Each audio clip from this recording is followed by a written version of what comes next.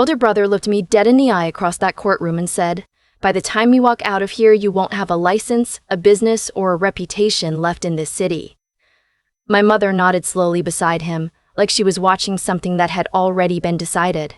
I sat at the defendant's table with my hands flat on the wood surface, my breathing steady, and said absolutely nothing. The gallery was packed. Half of Phoenix's legal community had shown up for this. Reporters from the Arizona Republic filled the back 2 rows. And the one question Judge Harmon would ask in exactly 40 minutes was going to make my brother wish he had never walked through those courthouse doors. My name is Callie Merritt. I'm 32 years old, and I built Merritt Estate Planning from a one-room office above a dry cleaner on Indian School Road into a firm that now manages legacy plans and trust structures for over 300 families across the valley. I did it without a single dollar from my family. That part matters. It matters because the whole reason we ended up in that courtroom traces back to the moment I stopped needing them. Growing up, my brother was the one everyone pointed to. He's 4 years older than me, the first to get his law degree, the first to make partner at my father's firm, the first name my parents mentioned whenever someone asked about their children's careers. That was the arrangement. He carried the name. I was supposed to carry the casseroles to family dinners and eventually marry someone suitable, and that would be that. I remember the exact dinner when I told them I was starting my own firm. It was a Sunday in October, the kind of Arizona evening where the heat finally backs off, and you can sit on the patio without sweating through your clothes. My mother had made her good pot roast. The good china was out. My father was in one of his expansive moods, telling a story about a client he'd brought in for the firm. I waited for a pause and said I'd been working on a business plan, that I wanted to specialize in estate planning for middle-income families, not just the wealthy clients the family firm chased, that I'd already secured a small office space and had 2 referrals lined up from a financial advisor I'd met at a conference. My father set his fork down, not dramatically, just set it down and looked at me the way you look at someone who has said something slightly embarrassing in public. "Callie," he said, "estate planning is a relationship business. You don't have relationships. You have a 3-year associate position and a business plan on a napkin." My brother didn't even look up from his plate. "The market's saturated. You'd be competing against firms that have been around since before you were born. It's not a criticism, it's just math." My mother reached over and touched my arm. "We just don't want to see you struggle, sweetheart. There's a perfectly good position at the firm if you'd consider it. You could work with your brother. That could be something really lovely." I looked at my grandmother across the table. She was my father's mother, 81 years old, sharp as anyone in that room. She had said nothing during the conversation. She was watching me the way she sometimes watched birds from her kitchen window, still and completely attentive. When my eyes met hers, she gave me the smallest nod. Just barely perceptible.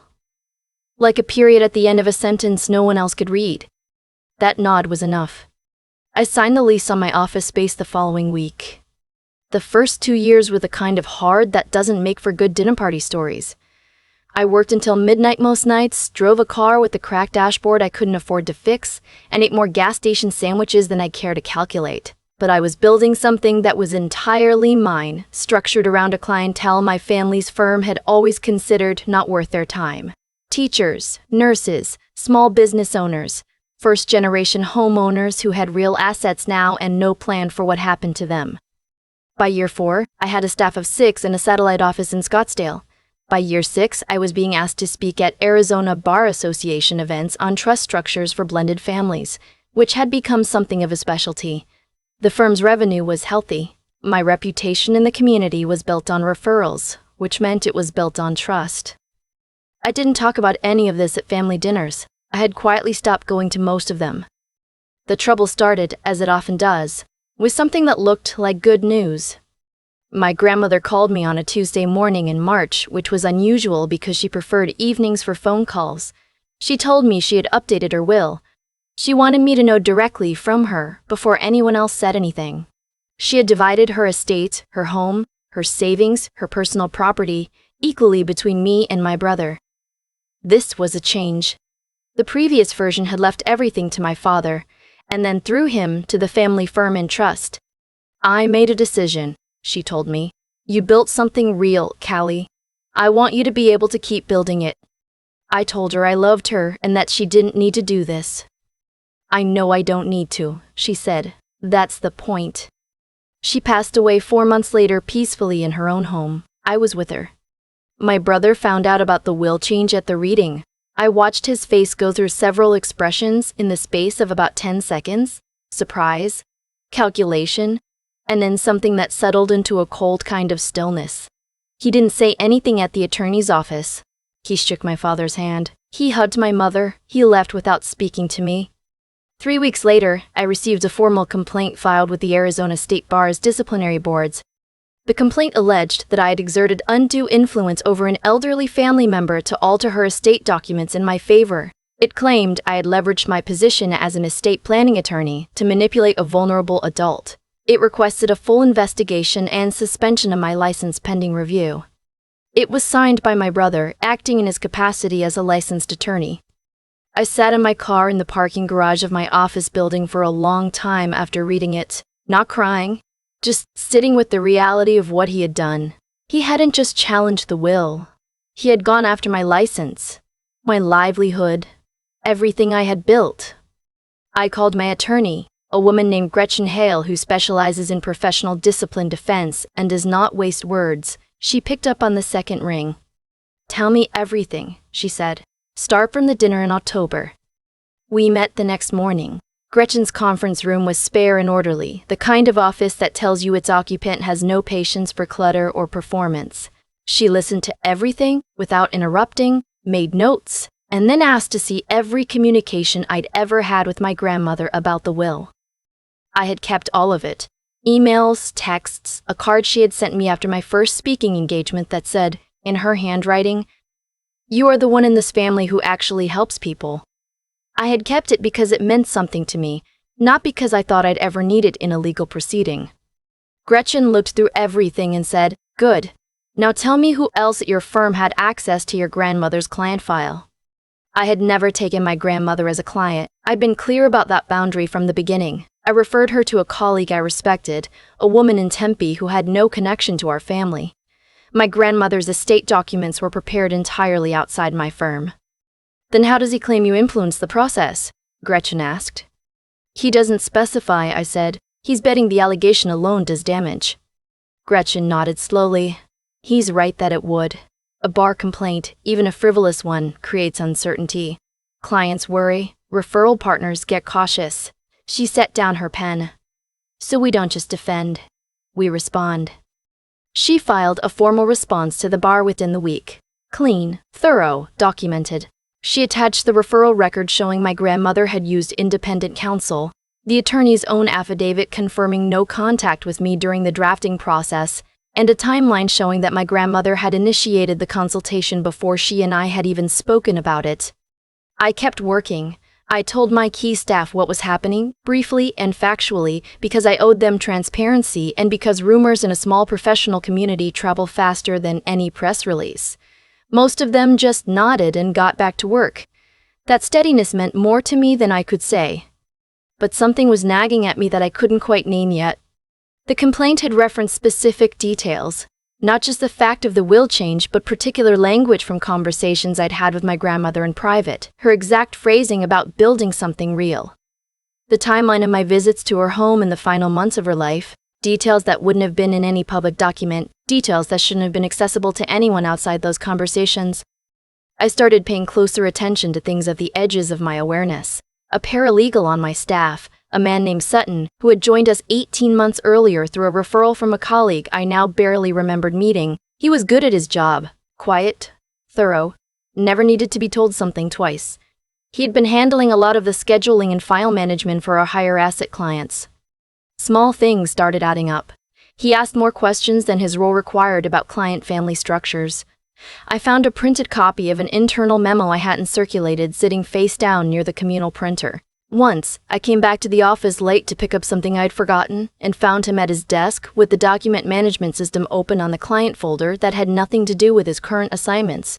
He closed the window when he heard me. Said he was cross-referencing something. I said goodnight and drove home and couldn't sleep. I didn't confront him, not yet. Instead, I did something deliberate.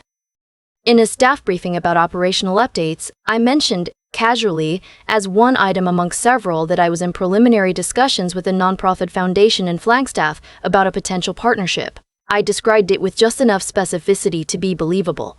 A foundation focused on estate planning education for rural families, a meeting scheduled for the following month, a possible joint program we were exploring. None of it was real. The foundation existed, but I had no contact with them whatsoever. I mentioned it once in that meeting to the full staff. I did not put it in writing anywhere. 8 days later, Gretchen called me.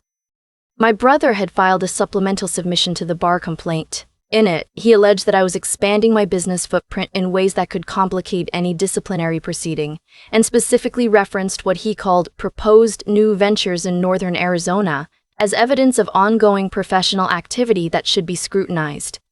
Northern Arizona, Flagstaff, a meeting I had never had with an organization I had never contacted. There was only one place that information could have come from. I drove to Gretchen's office that afternoon with every piece of evidence I had assembled, the access logs from our document system, a record of the files Sutton had opened outside his work assignments, a note I had made on my phone with timestamps after each incident that had caught my attention, and a supplemental bar filing sitting beside the staff meeting summary showing who was in the room when I mentioned Flagstaff. Gretchen read through everything in silence, then she looked up. "This is obstruction," she said, "and depending on what he did with the information he accessed, it may also be unauthorized disclosure of confidential client information, which is a serious ethics violation in its own right." She paused. "We're not just responding to a bar complaint anymore." We moved on 2 tracks simultaneously. Gretchen prepared a formal ethics complaint against my brother with the state bar, supported by the documented evidence of the leak. Separately, she reached out to the bar's investigative staff to flag the pattern and request that they review the timeline of his submissions alongside our staff meeting records. I terminated Sutton's employment the following morning. I did it calmly, with HR present, and I told him plainly that I documented evidence of unauthorized access to confidential files and that I was reporting the matter to the appropriate authorities. He didn't try to deny it. He just gathered his things and left. I stood by the window afterward and felt something that wasn't quite relief, but was close to it. The bar scheduled a formal hearing. My brother had requested it, apparently believing the process would play out in his favor. I suspect he hadn't anticipated that we would show up with what we showed up with. The hearing room wasn't a courtroom exactly, but it carried that same charged stillness. A 3-member panel sat at the front. My brother arrived with a private attorney, polished and prepared. My mother was in the gallery. My father, I noticed, was not. His attorney presented first, laying out the undue influence argument with practiced fluency. He spoke about my grandmother's age, her increasing reliance on family visits, my professional expertise in the precise area of law that governed her estate. He made it sound clinical and calculated. He made it sound like me. I sat next to Gretchen and kept my hands still. When his attorney finished, the panel's senior member, a woman in her 60s with reading glasses on a beaded chain, looked toward our table. "Ms. Hale, the panel has reviewed your pre-filed materials. Before we proceed, I have a question." She looked directly at me. "Ms. Merritt, the referral documentation in your submission indicates that your grandmother engaged independent counsel for her estate planning approximately 9 months before her death. The referring attorney's affidavit confirms that you had no professional contact with that process at any stage." She paused. "Is it your testimony that you were entirely absent from the professional execution of your grandmother's estate documents?" "Yes," I said, "completely. I referred her to a colleague I trusted precisely because I knew a family member should not be involved in that work." My grandmother understood that distinction. She had her own attorney, her own process, her own decisions. The panel member nodded and turned to my brother's attorney. "Counsel, your complaint centers on undue influence. Undue influence in the estate planning context requires demonstrating that the alleged influencer had access to and involvement in the execution of the documents in question. Your own submissions confirm that Ms. Merritt had no such involvement. On what basis does the professional misconduct claim stand?" The attorney began to answer. It wasn't a convincing answer. Gretchen rose then and presented the second part of our case. The access logs. The Flagstaff disclosure. The timeline of my brother's supplemental filing mapped against the date of the staff meeting. She laid it out methodically, and without drama, the way you present something when the facts don't need any help. My brother's attorney tried to characterize the Flagstaff reference as coincidental. The panel did not appear to find that persuasive. When Gretchen finished, the senior panel member removed her glasses. The room was completely quiet. She addressed my brother directly. The panel finds no basis for the professional misconduct allegation against Ms. Merritt. The complaint is dismissed. She let that land before continuing. However, the panel has serious concerns about the conduct that produced this complaint and the methods by which information appears to have been gathered for the supplemental submission. This matter is being referred to the bar's ethics committee for a full review of the complainant's conduct and separately to the Maricopa County Attorney's Office given the potential involvement of confidential client information. My brother said nothing. His attorney placed a hand briefly on his arm. My mother stood up in the gallery and walked out before the panel member had finished speaking. The months that followed were quieter than I expected, in the way things get quiet when a storm moves through and leaves everything rearranged. My brother's bar matter moved into the formal review process. I didn't follow it closely. That wasn't my job. I had a firm to run. The ethics committee ultimately found that he had acted in bad faith in filing the complaint and that the pattern of information gathering raised sufficient concerns to warrant a formal sanction. His license was placed on probationary status for 18 months with mandatory ethics coursework. His firm placed him on administrative leave while the matter was pending, and when it concluded, the leave became permanent. He resigned before they could make that official. Sutton cooperated with investigators and received a censure from the Paralegal Licensing Board. He did not work in law again, at least not in Arizona. My father called me once, about 2 months after the hearing. He didn't apologize. He said he wanted me to know he hadn't known what my brother was planning. I told him I believed him and that it didn't change anything between us. He said he understood. We haven't spoken since.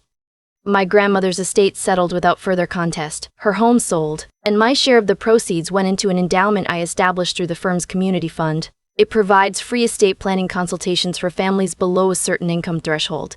The exact population I'd told my father about at that dinner table years ago, the one he said I didn't have the relationships to serve. The referral line for that program has a 3-month wait. I think about my grandmother sometimes when I'm driving home late. The kind of October evenings when the heat finally backs off and Phoenix feels like it could be anywhere. Like the city is just a city and not a place where everything happened. I think about the nod she gave me across the table, how she didn't say a word out loud, how she didn't need to. She knew the kind of person I was before I had fully proven it to anyone, including myself.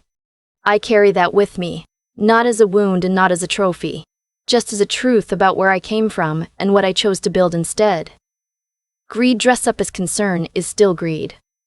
Jealousy dressed up as legal process is still jealousy. And the only way through either one is to have done the work, kept the records, and known exactly who you are when the room goes quiet and someone in authority asks you a direct question. I knew, and that turned out to be enough. I still think about the moment my mother stood up and walked out before the panel finished reading the ruling. She didn't wait to hear the outcome. Some part of her already knew, and watching her leave, I realized that what I had been fighting wasn't really about a will, or a license, or a bar complaint. It was about whether I was allowed to exist as something my family hadn't planned for me to be. What my brother did had a logic to it, even if the logic was ugly. He had watched me build something without asking for permission, without needing his approval, without fitting into the story the family had always told about itself. That was the part he couldn't forgive, not the inheritance. Me, the version of me that just kept going anyway. And here is what I've come to believe, not as a philosophy, but as something I lived through. The choices people make catch up with them. Not because the universe keeps score in any mystical sense, but because actions have real consequences that accumulate over time. My brother chose to weaponize a legal process he swore to uphold. He chose to use someone inside my firm to gather information he had no right to. Every one of those choices left a record. Every one of those choices built the case that ultimately ended his career, not mine. That's not fate. That's just cause and effect, playing out the way it always does when someone mistakes short-term leverage for actual power. What carried me through wasn't luck. It was 3 things I had to build in myself, slowly, over years of working alone in that office above the dry cleaner when no one was watching. The first was doing the right thing, even when it was inconvenient. I referred my grandmother to independent counsel when I could have just handled it myself. It would have been faster, she trusted me, but it wouldn't have been right. That one decision, made quietly with no audience, became the foundation of my entire defense. The second was thinking clearly under pressure. When I suspected Sutton but didn't yet have proof, I didn't panic and confront him. I thought it through. I designed a test that would either confirm or eliminate my suspicion without tipping my hand. Gretchen didn't teach me that. That came from years of structuring estate plans where one wrong assumption can cost a family everything. The third was refusing to stop. Not in a dramatic way, just showing up. Leading the daily stand-ups. Answering vendor calls. Being present for my team while everything around the edges of my life was on fire. Persistence isn't glamorous. It mostly just looks like doing the next necessary thing. My grandmother knew all of this about me before I did. That nod across the dinner table. I've turned it over in my mind 100 times. She wasn't just encouraging me, she was telling me she had already seen what I was capable of, and that she wasn't worried. I try to live up to that now, not for her memory exactly, for myself. Because the person I had to become, in order to survive what my brother put me through, is the person I actually want to be. And no hearing, no complaint, no family dinner where someone sets down their fork and looks at you like you've said something embarrassing. None of it can take that away.